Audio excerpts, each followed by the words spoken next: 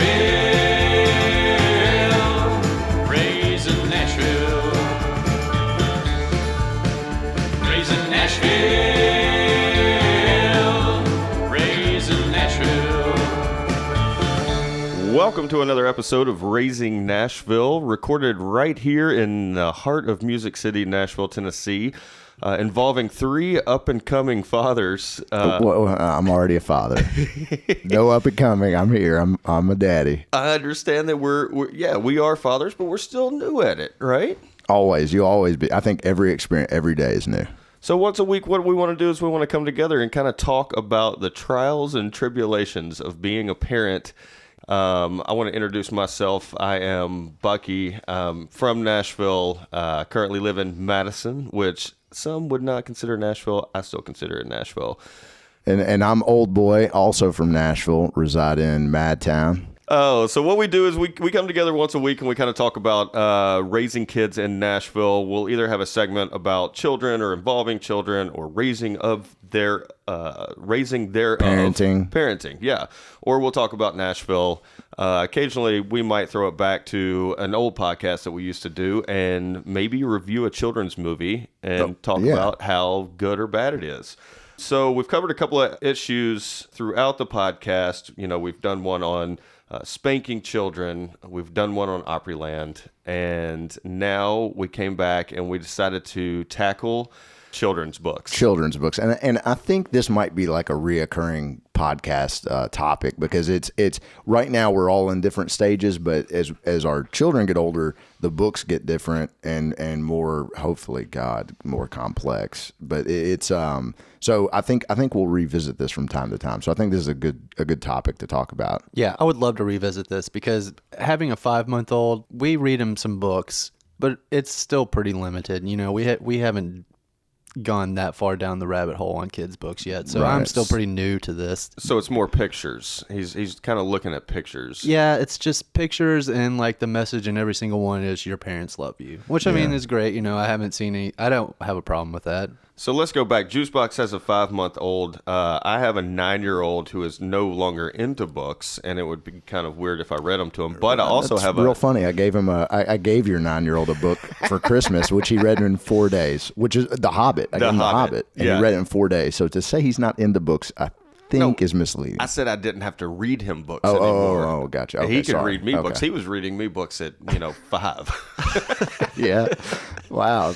I also have a 19-month-old who is very much so into books. And I have a 4-year-old who loves books. Is she reading you books yet? She makes up. Yeah, she'll make up what's going on in the story, or if she's memorized it, she'll read it to me. So yeah, but most of the time I'll read to her. Okay. So what we wanted to do is we wanted to tackle, what we love about babies or children's books, and what we personally, what I hate about children's books. Starting with again, because every time I'm done with one of these terrible, terrible books, all I hear is the word again, and you're trapped at that point. So then you try it. Your child says again. Okay, so it's not me. I'm not hearing this in my head. It's not a voice. Read it again. You woke up in hell and you're just constantly reading children's books. That seems like it depending on the book, that would be my hell. Yeah. Okay, which book is your hell book? There are so many. One to me is because I've probably read it 1,000 times is Brown Bear. And I know everybody out there knows Brown Bear. It's currently like the song Baby Shark that's so popular. I have probably listened to Baby Shark more times than I've listened to The Chronic. But to circle back around, Brown Bear currently for me, there are some books that I have found that I've read that make absolutely no sense, and that pisses me off too. Is like when you're creating a baby's or a children's book. I keep saying baby's book. When you're creating a children's book and the writing is not good in it, it drives me crazy. Especially if it's meant to rhyme, and then there are like pages where it doesn't rhyme. It just like stops. I'm 100% with you. For like the first 2 years, baby books infuriated me. I thought they were just dumb as shit. And they are, because they're supposed to be. Because they suck kids in with the colors and the pictures and all of this stuff. Rhyming. But the kids don't have to read it. Right. And there's small words that they're supposed to, cat, dog. things, and I get it, but at the time I hated it, but I get it. That's what they're supposed to do, but I'm with you 100%. Juicebox, I have a feeling that you are reading currently books with like one word on one page. Yeah, there is some stuff like that. There's another couple books that basically have no words. Well, yeah, there'll be words at like the beginning, and then it's just a bunch of pictures. Goodnight and Moon. Then we haven't got any Goodnight Moon yet. We have it, but we haven't read it yet. Basically, like I said earlier, all the books that we have been reading are basically just like the whole message is your parents love you. I actually have brought a book today to discuss that involves that, and it can border on your parents love you or your parent is a pedophile. Yeah. Wow. I'm bringing that. Do you read this one often? I try not to. In fact, I was going through books this morning and I found it and I was like, yeah, this one just doesn't add up. I got a question. Did you get it from the Imagination Library? It did come from the Imagination I Library. recognize that book. Anyway, go. So for those of you who don't know, don't have children, or do have children and don't live in probably the state of Tennessee, there is a thing in Tennessee called Imagination Library. And when you have a baby at the hospital, you kind of sign up for this. It's free, and it's where Dolly Parton sends you one book a month. And it really starts with the ever famous Sassy books, which used to drive me crazy because there's books where you can they have inserts and you pull up the insert and something's underneath it, right? But when you have a 12-month-old, what's underneath it lasts about, I don't know, I'd say a couple days before they're all ripped out. And then you open this Sassy book and there's no surprise anymore. And then they're upset and you can't explain why. You ripped it out. You ripped this page out. Therefore, there's no longer a surprise. Let's stop reading Sassy. And all I hear is Sassy. Dude, I got to be honest with you. I don't recognize Sassy. I haven't got that from the Dolly Parton thing either. I'm checking it right now. It is definitely from Dolly Parton's Imagination Library. Anyway, she sends you a book a month. It's a great program to be a part of. Some books are great. Some books not so great. Dolly's a real life hero, dude. In this state, believe. she is. Not this state, everywhere. She's fucking phenomenal. She's pretty universally loved, I feel She's like. awesome, yeah. So I can go ahead and get this out of the way because it might get a little weird for the next few minutes. But when I go back to the book that I said borderlines on, your parent is doing a really good job. Your parent loves you. They'll do anything for you. Or you flip a page and you see something that kind of doesn't make sense. So it's called I Love My Daddy Because. And this is from the Dolly Parton's Imagination Library. On the front is a lion and a cub, and then you open it up, and there is a guy. The first page, it says, I love my daddy because. And then on the next page, it is no longer a lion and a cub. It is a guy wearing a Mr. Rogers outfit with like a real thick creep beard, and it says, he plays with me. And it is just a little girl and a dad, and they have hand puppets, and he's kind of leaning over the chair. Kind of weird to me. Could have used better illustrations. I am looking for more of, a cartoonish aspect and not necessarily a template for how this all starts. My daddy plays with me. Would you rather them play Nintendo or something? They could Chess? They could be sitting on the ground playing with cars or something like that. But Okay, just the way he is leaning over, and don't worry, guys, we will post this picture out there because it kind of gives me nightmares every time I have to read this book. And then the next one are penguins. He keeps me safe and warm. Now, do you read it or does your 9-year-old read it? No, wait. What? No, I read this one to the baby. Okay, I'm just clarifying. So we go on, and then there's eagles. He is big and strong. I get that. That's great. Dads are meant to be bigger than life, bigger and strong. And then the next one, he takes naps with me. Now, let me be clear. I have yet to take a nap with my child, and I have not gotten into this yet. So my mindset is not in that comforting place right now. What are you waiting for, brother? What do you...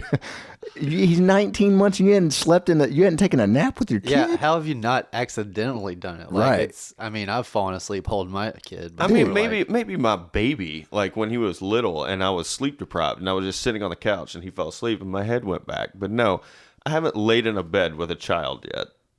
That does not sound right. How about a couch, man? Or just you're a hammock person. Why don't you hammock with your kid? Dude, I might hammock you when are it gets missing warmer. out with one of life's free, easy joys, dude. Just taking a nap with your kid. But I haven't heard it's a free and easy joy. I hear it is a burden and a pain because sometimes you have to go down and you have to lay down with them until they go to sleep. And they're just playing around because they know you're there before they actually go to sleep. And that can come full circle to the fact that there's a book out there called Go the Fuck to Sleep. And You are misinformed, my man. so the next page after that, and this is where it turns from creepy to what kind of daddy do you have? But it says, I love my daddy because he can build a house. Can you build that? Do you know anybody that can build an entire house? So is this another picture of a human or? Oh, no. This is a beaver. Okay. Well, I think I could build a beaver house. Okay. Oh, do you? Yeah. Okay. So maybe that's what it's implying there. Oh, maybe. Yeah. And then monkeys, he laughs with me. He helps me reach things with giraffes. That's clever. That's cute, right? I like that. He sings me songs, and it's got a couple of wolves howling at the moon. He takes me for a ride.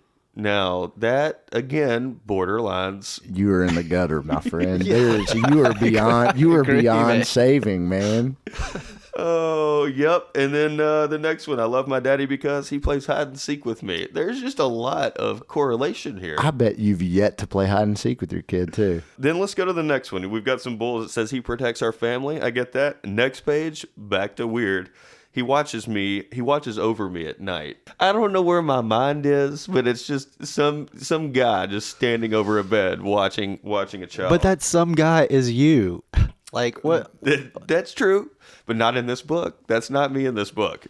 So Okay. I just had to cover that. I don't know. It's been in my head. I have a different head than you guys. Oh, we know, my friend. Now, I guess we'll go ahead and get the negatives out of the way. Negative books, like, and I don't know what it is about it, but my kid in particular, just is drawn to books and series that I hate. I think they're dumb. Pete the Cat, and I want to preface this with people who write books and all that. All these children's authors, I'm not bashing you guys. Like, I know it takes a lot of you're work. probably just a regular person that had an idea to write a book. Exactly. Right? And you got it published. You're not a writer. That's not fair. They are writers, and they put a lot of work and illustrations into these. And a lot of people have dreams and aspirations to do this. So I'm not bashing anybody, but I think Pete the Cat is dumb as fuck. And so is Peppa Pig. But my kid loves it, and ultimately, I guess that's all that matters. But I just don't think there's anything to learn in there. Sure. To me, there are books that just have too many words in them. And I think these people write these, and I don't know what situation that you're going to read this book to your kid in, but when do you read a book to your child? More than likely, it is right before they go to bed. Most times. Most times. I'd say 90% of the time. Other times, maybe they'll bring you a book, you read it during the middle of the day. But some of these books are like novels. I mean, it will take me 15 minutes to get through this book, and then I hear that ever famous again, and my heart drops because I know I'm in there for the long haul at that point. Right. Yeah. I know where you're coming from. I want to play devil's advocate, but I know exactly where you're coming from. Like, Play it. I give my kid 3 choices. I'm like, 3. Now my wife, she'll read till the kid goes to sleep, and I'm like, I give my kid, I'm like, you pick 3 books, and I'm reading them, and inevitably she'll pick the biggest fucking book, like Harry Potter, and I'm like, babe, no, there ain't no goddamn way I'm reading Harry Potter tonight. But Wait, I want to jump in real quick, like, because I haven't read my kid Pete the Cat yet. What is so terrible about it? it's like he's taking recycled stories, like I've got really bad examples, but like Wheels on the Bus, right? All right, so you got a Wheels on the Bus song, so now it's Pete the Cat singing. It's like the cat's on the bus, and it's got like a rock and roll. It wants to have a rock and roll theme. I'll give them to you. I'll tell you what. Yeah, I'll give them all to you, and then I can hate it also. Apparently, yeah. Other people probably love Pete the Cat. I mean, he's clearly very popular. It's just my own personal opinion. I'm just not a big fan.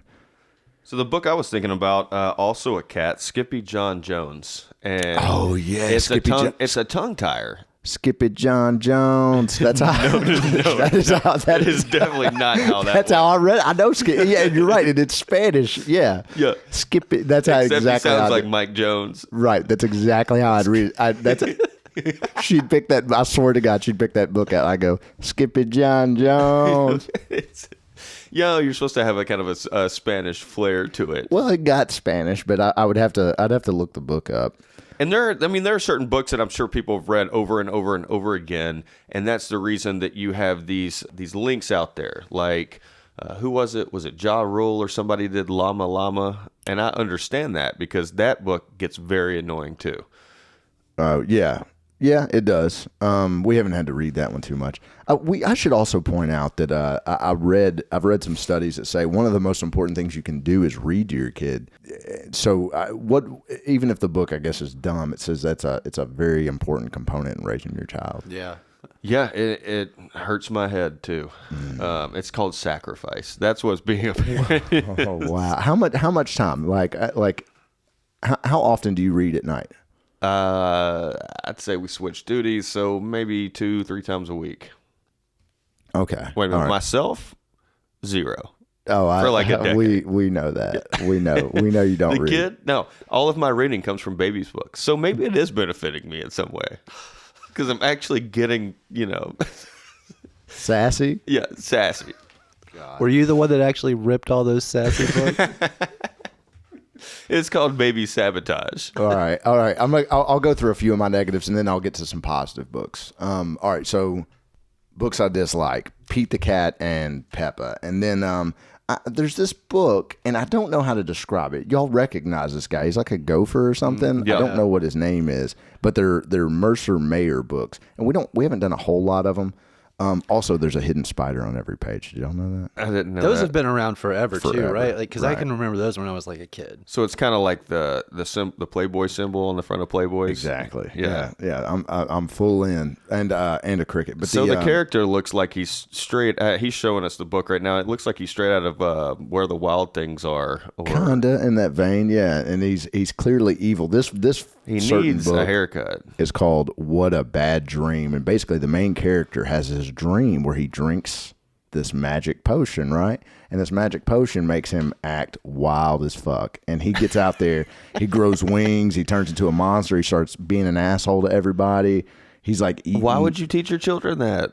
Well, right. Like, it's like, so he drives everybody away, right? And like, he's a monster. He gets a gorilla. He's eating ice cream and candy for dinner. And he's just acting out. He's got animal. He's just being a jerk. And then at the end, He wakes up. and he's like, I had a bad dream. And that's it, I guess. And then they're like, here's some milk. And he's like, it's not magic potion. What is that? So What is that that is just teaching? like Isn't there a- supposed to be a lesson in I each one of don't these know. books? Maybe like, I have no idea. That is like a mirror for like just getting shit faced. I feel like. Yeah. Like that magic potion was like tequila, straight tequila. it was, exactly. Yeah, that's what I read. Maybe one of his parents is like an alcoholic, and he's like, Don't Yeah, eat there's- mushrooms, there- kids. right. It was. I'm not sure what the message is. So we've read it a few times, but I'm like, I don't really know what. I don't know what's about that. Also, my kid right now at this stage in our reading life, we're at the Bernstein Bears. Is that how you pronounce it? Well, I want to pronounce it Bernstein Bears because I feel like that's the way it was when I was a kid. But now when I look at it, it's definitely Bernstein Bears, and there's a whole Mandela effect on that. See, that's a good thing because this has been debated for a long time. I've always called it the Berenstein Bears. Berenstein. That's how Yeah. I want to pronounce it, but that's And it is Bererstain. So yeah, it makes sense that it would be Berenstain. pronounced the Berenstain Bears, but it just doesn't flow as well. and she's really into them. I'm not necessarily against them. They're kind of dated for sure. I loved those books as a kid. I did too. So I'm Obsessed. not necessarily against them. I question what Daddy Bear and Mama Bear do all day. They don't seem to really have jobs, and Mama Bear doesn't really change clothes. She stays in that nightgown. See, I think they do have jobs, and all of these stories happen on the weekend. Oh, Yeah, I've shit. seen Oh, parts where he shit. comes home with like a lunch pail or read parts. And I'll touch on that because I'm sure you're starting to hate these books because one, they are long-winded. I do like the artwork in them, but the one that sticks out to me was The Old Spooky Tree, and that is one of my yeah. favorite That's a books good of book. all time. And it is dark. Like they go in this tree, and it turns out to be like a Goonies tunnel, and like they're all up in this tree, and all these creatures come at them, and the artwork is dark. And the first time I started to read it to my kid, I stopped halfway through because I didn't realize it was that bad. When was the last time you read this? I read it almost. I read it recently, and it's not. These are not long-winded books. They're very short. For me, they're long-winded. Okay, but yeah, the Spooky Tree. It's a good one. My daughter really likes that one. She's I'll talk about the Night Owl Because she's dark and she's already wanted you to read her Harry Potter. We're almost through with Harry Potter. And something else I also did because I hated baby books so much, I started reading her poetry at night. Okay. When she was like real young, and then she got bored with it, but I still sneak a little in. See, to me, that sounds way worse than reading a kid's book. Dude, it's actually it was really, really good. Actually, I got like the Oxford, So I've got one more on my negative that we are currently reading. And as many of you know, a lot of these books have those big, thick pages that at times stick together, or they're hard to turn, or like when you're holding a child, it's hard to change these pages over. I guess it gets harder when they get thinner. But there's one out there called Baby Loves to Rock by Wednesday Kerwan. I might have butchered that last, but first name Wednesday. Only other Wednesday I've ever encountered is Wednesday. from Adam's Family. Wednesday, we apologize. I think. We might bleep out your name. But anyway, it's called Baby Loves to Rock, and it is one of these thick-paged books where, every page is just one line and a good illustration for children. So, it starts with the skunk loves punk, and you got a skunk with a dog tag bracelet and earring in his ear, and then it's got the weasel loves pop, and he's dressed like Elton John. The Baby Loves to Rock. I get it. You're going through parts Michael of Jackson. music, right? That's Michael Jackson. I thought it was too. Because of the glove. I didn't see the glove. Pop, all right, so pop music. And the King of Pop. jacket and the glasses. Okay, so Are you even a music fan? it's been a rough Not rough an morning. Elton John or Michael Jackson fan, apparently. Clearly. So it starts with the skunk loves punk, the weasel likes pop, and I get it. We're going into the genres of music because the baby likes to rock. Now, what pisses me off about this book more than anything are the next 2 pages. The 10 pages after that, I'm completely fine with. They're very creative, and I did not even realize that was Michael Jackson until you guys pointed it out. But the next page, the fox likes to trot. That is not a type of music. That is a dance. And then the next page is the possums think swing is awesome. Again, a dance. Pisses me off because the next thing it says... I feel like swing is a type of music more than trot is, but that fox trot one, that's just lazy. It's very lazy because you keep going and it says the frogs have the rhythm. I get it. That's a type of music or a part of music. The jays have the blues. Again, music. The hummingbirds don't know the words, which I'm still fine with that. But the owl can screech, and it's just this owl just screaming into a microphone. The lamb has chops, and then the cats are all cool. I get that too. Again, has nothing to do with music. So you've got to stay consistent in your books, or I lose interest very quick. But I just have to point this out. The squirrels can spin and scratch with a couple of squirrels on top of one single turntable, and there's 2 of them. So I don't know. I enjoy that. I don't agree with the snake being a bluegrass snake, but whatever. So yeah, I hate it. I hate inconsistency. I hate when they don't rhyme, and I hate sometimes when they're bad illustrations. That's a good critique. Yeah, so it was probably not.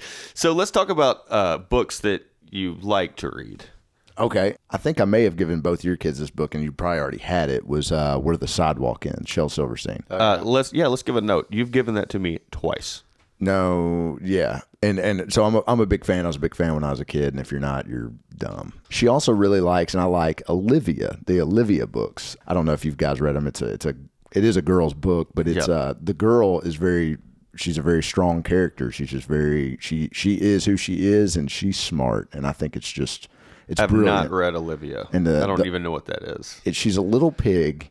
She would destroy Peppa Pig, and she's just got an opinion. She's got her own ideas, and it's very character driven. So that's what's teaching the children to have an opinion. Yeah, to have an opinion, to have your own thoughts and be your own person. I think it's very strong, very good. And then there's also a book my wife brought up, which I agree with. It's called Dear Girl, kind of in the same vein.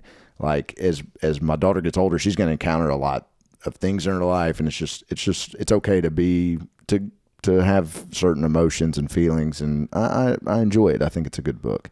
And then my favorite book, the monster at the end of this book. I do really remember that book. I do too. Definitely Sesame Street. Definitely Sesame Street. Grover's the best. Anyway, Is the monster at the end of the book Cookie Monster, or is that too much to give away? You're not going to spoil it. No, it's not the Cookie Monster. It's the monster on the front of the book. It's Grover. He's the one. He's scared of a monster at the book, but he's the monster anyway. Because it's a shadow. It's not. Yeah, fear itself kind of deal. Well, one of my favorite books, and I've been reading this a lot lately, well, probably the only book that I actually like, because one, it has perfect rhyming in it, has great illustrations, and it is about one thing affecting an entire town, and it's called Little Blue Truck Leads the Way. All right. Little Blue Truck Leads the Way is written by Alice Schertle and illustrated by Jill McElmurray. I take my hats off to you women. You really nailed it on Little Blue Truck. I would read Little Blue Truck by myself. It looks like you have, man. That thing is worn out. It is worn out, and it's another book with the thick pages, but there are quite a few, and the illustrations are really what bring the cars alive. I mean, this was, I think, pre-Cars, to where, the Little Blue Truck goes into town, and everybody's all congested and pissed off and going left and right and wanting to go down this one road. And then the mayor shows up. Mayor's limo breaks down, and then he hops on the back of Little Blue Truck, gives a speech. Little Blue Truck leads the way out of the town, out of the traffic jam, which is very relatable to me because I hate traffic. You hate traffic. It was written for you, man. But it's a good one. Wait. And you drive a blue truck? Oh, I do drive a blue truck. Shit. Yes, that might be one of those things that I don't know. He's just doing a hand motion.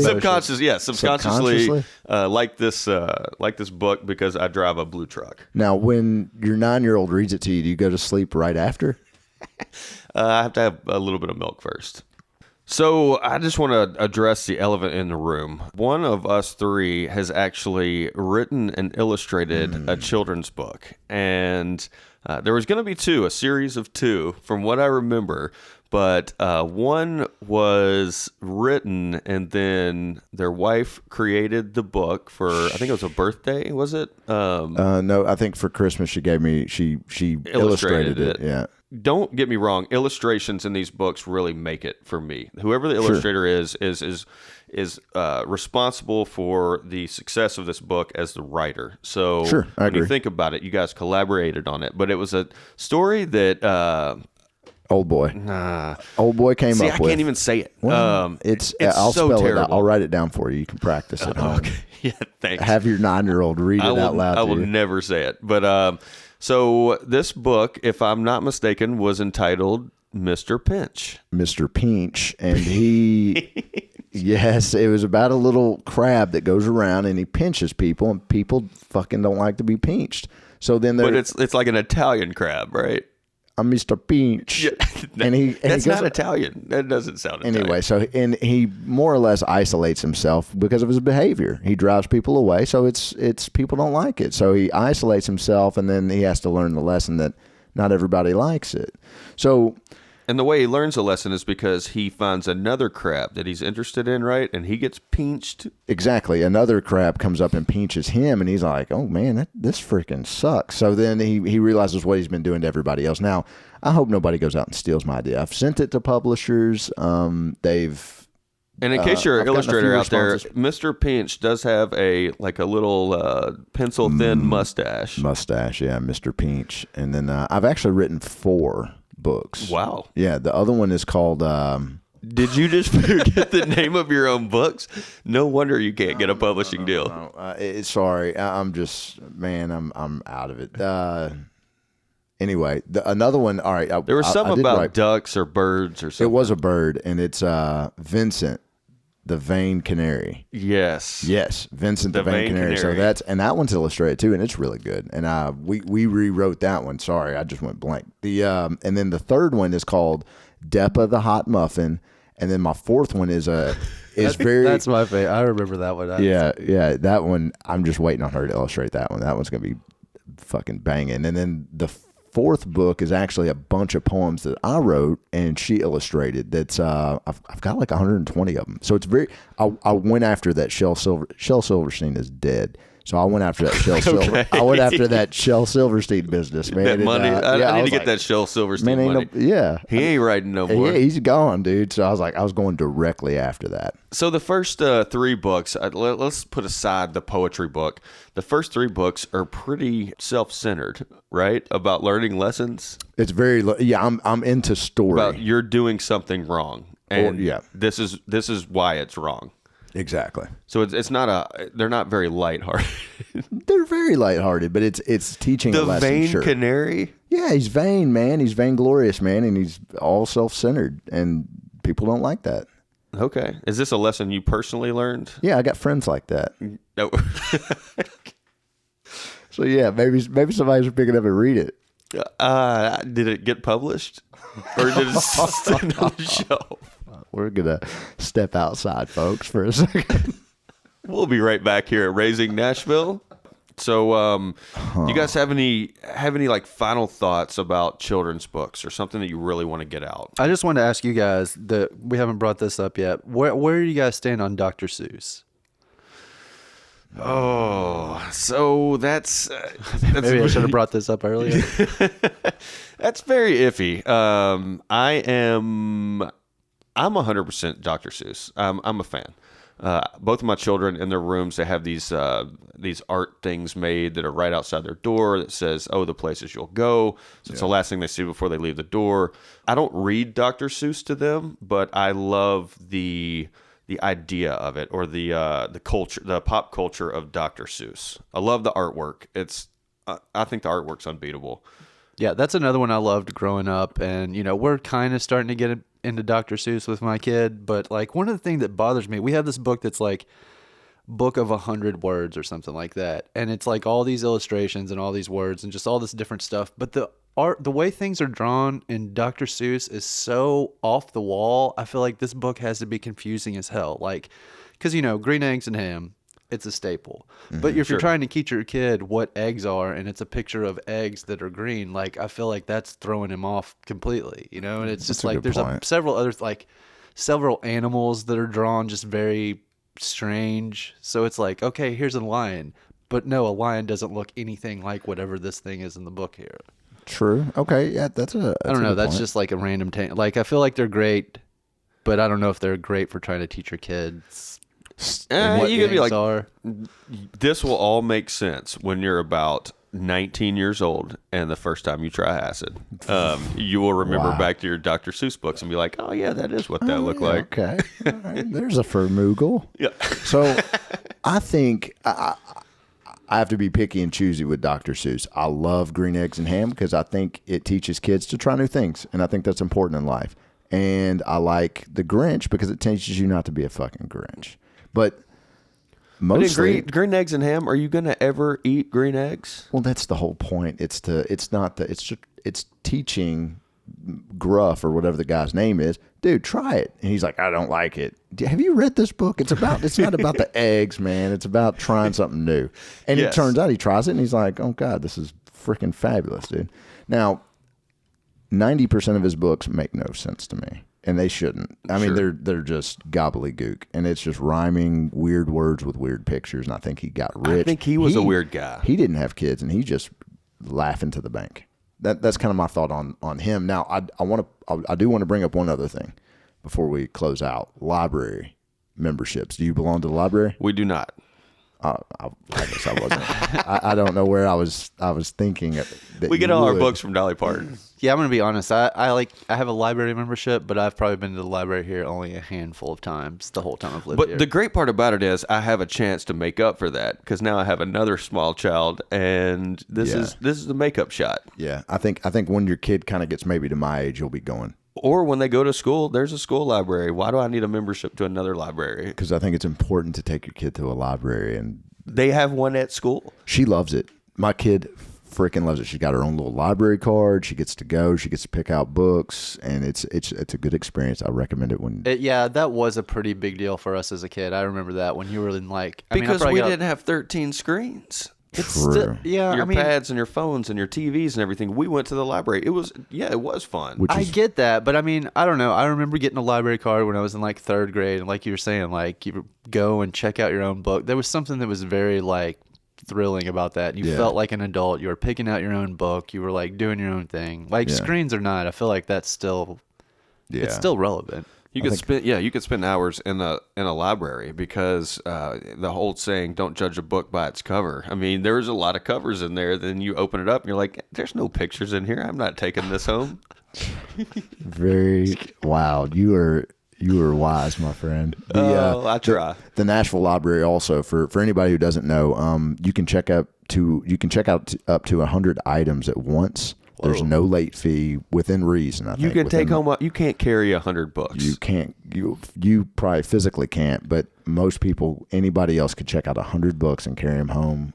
Also, if you sign up, I wouldn't take that risk. That is too much to keep up with. You can sign. How much are books if you don't return them? I don't know. I return them.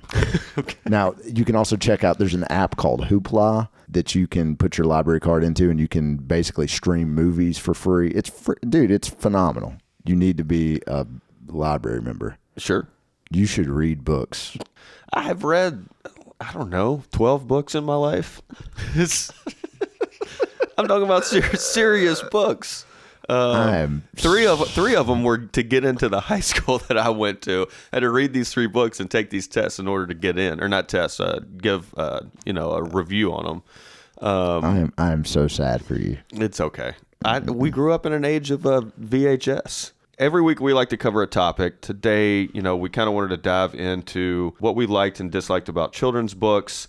Hey, now I'll tell you something real quick. So like a year ago, I bought the illustrated first book of Harry Potter and the Sorcerer's Stone, right? So I've been reading it to my kid, and dude, it is taking forever for me to get through this book, right? And it's not a big book. And we're in the last chapter, and she's sitting there, and I'm reading to her, and she goes, "Who is Dumbledore?" And I thought,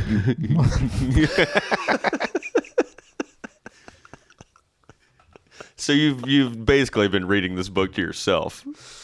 Yeah, it's good, man. It's good. It's good. It's good stuff. But anyway, every week we want to cover a different topic. We hope you got something out of today, at least fun for us criticizing, half the garbage that's out there and praising a couple that we actually do like. So keep reading to your children, and I will keep having mine read to me. I'll give your 9-year-old some good books for you. So be sure to check us out on Facebook and Instagram or Twitter accounts. Look up Raising Nashville Podcast. Again, we're 3 guys here in Nashville, Tennessee that are raising children in the greatest city in the country to be a part of right now. So it's really cool. We'll be back next week with another episode. We hope you guys enjoyed listening. If you don't have children, have one. Catch up. Yeah, we want you to know what we go through. Yeah, the fear. Butterfly in the sky, I can go twice as high.